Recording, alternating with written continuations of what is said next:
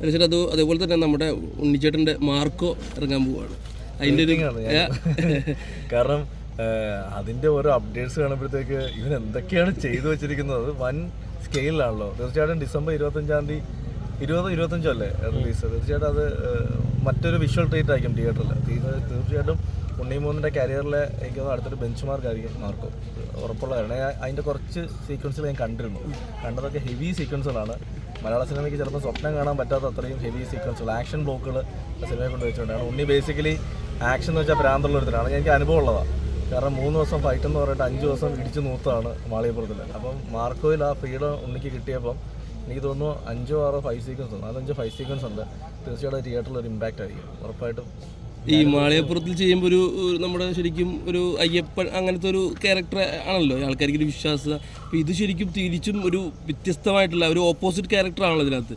അപ്പോൾ ആൾക്കാരെ എങ്ങനെയാണ് ഇത് ഉൾക്കൊള്ളാൻ? ആർട്ടിസ്റ്റിൻ്റെ കഴിവ് അതല്ലേ, എപ്പോഴും ക്യാരക്ടേഴ്സ് മാറി. ഇപ്പം മൂന്തേട്ട സുൽത്തറച്ചി ചെയ്ത ലാലേട്ടൻ തന്നെയല്ലേ ദേവാസുരം ചെയ്തതും ചെങ്കോലി ചെയ്തത്. അപ്പോൾ നമ്മളിതൊക്കെ അക്സെപ്റ്റ് ചെയ്തതല്ലേ. അത് ഒരു ആർട്ടിസ്റ്റ് എപ്പോഴും മാറി മാറി ചെയ്യുമ്പോഴാണ് അയാളുടെ കരിയർ വളരുന്നത്. അപ്പം ഉണ്ണി ജീവിതകാലം മുഴുവൻ 2 കുട്ടികളോട് ശബരിമലയ്ക്ക് പോകാൻ പറ്റില്ലല്ലോ. ഇടയ്ക്ക് കുറച്ച് വയലൻസ് ഒക്കെ കാണിക്കട്ടെ. അത് കഴിയുമ്പോൾ അടുത്ത സിനിമയായിട്ട് ഞങ്ങൾ വീണ്ടും വരും.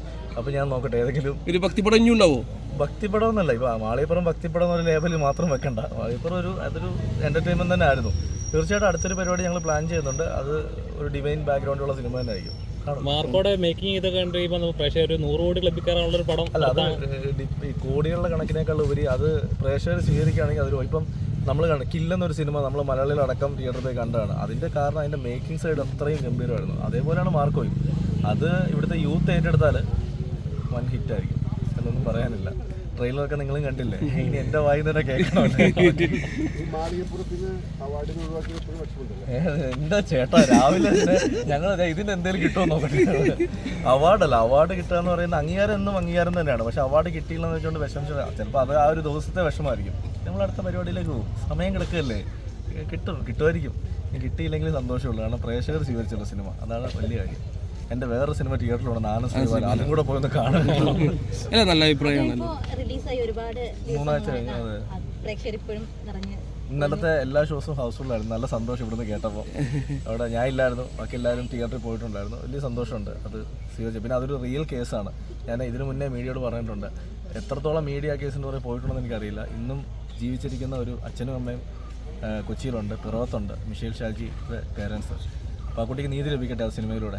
അത്രേ ആ സിനിമയോട് എനിക്ക് പറയാനുള്ളൂ. റൈറ്റർ ഞാൻ മനസ്സിൽ കണ്ടത് അത് തന്നെയാണ്. അത് ഇപ്പോൾ കേരളം ചർച്ച ചെയ്യുന്നുണ്ട്, എല്ലാവരും ചർച്ച ചെയ്യുന്നുണ്ട്. മിഷേൽ ഷാജിക്ക് നീതി ലഭിക്കട്ടെ.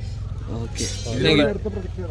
ഇത് കഴിഞ്ഞാൽ അടുത്ത ഡയറക്ഷൻ പരിപാടിയാണ് ഒരെണ്ണം തുടങ്ങാനുള്ളത്. അതെല്ലാം തമിഴിലൊരു വലിയ പടം ചെയ്യുന്നുണ്ട്. അത്ഭുതദ്വീപ് 2 ഈ വർഷമല്ല 2025-26 പിന്നെ പത്മകുമാർ സാറിനൊപ്പം വീണ്ടും ഒരു സിനിമ ചെയ്യാനുള്ള ചർച്ച നടക്കുന്നു. അത് ചിലപ്പം ദൈവം അനുവദിച്ചാൽ നമ്മളൊക്കെ കണ്ടിട്ടുള്ള ഒരു ഹിറ്റ് സിനിമയുടെ സെക്കൻഡ് ഭാഗമായിരിക്കും. ഏത് പടമെന്ന് ഞാൻ പറയുന്നില്ല. അങ്ങനെ ഒരു പ്ലാനാണ് അതിൽ നടക്കുന്നത്. Okay, thank you.